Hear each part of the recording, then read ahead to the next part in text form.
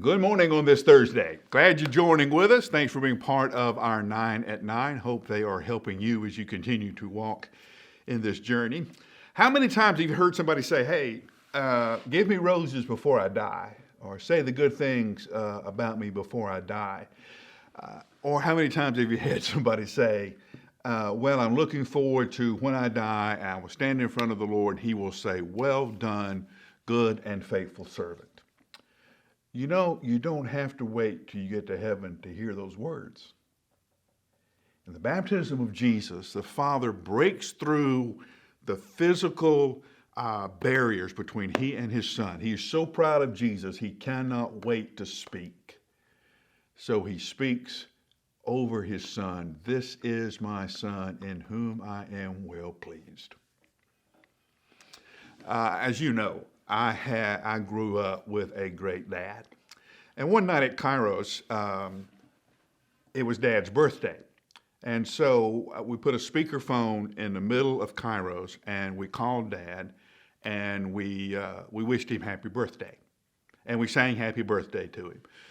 And then, typical of my dad, I couldn't get off the phone. Now, understand, Kairos is going on.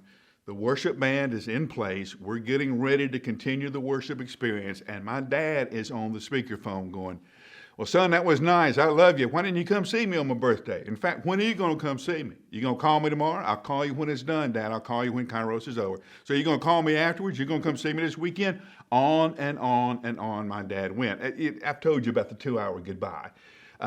When you went to see my dad, you had to plan when you would leave because it would take about 2 hours to say goodbye. You'd have to say goodbye in the den, the hallway, the front room, the porch, the steps, and then in the car. It'd take you about 2 hours to say goodbye.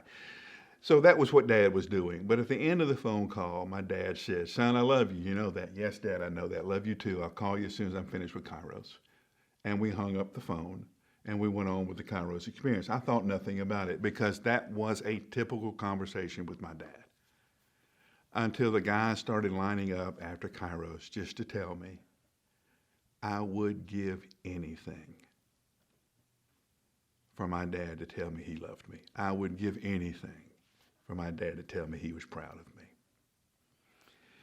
You don't have to wait till you die to hear those words from the Father. You just have to do the next thing he calls you to do. He loves you. He delights in you. He is proud of you. The creation story is a celebration of the work that he's done in you.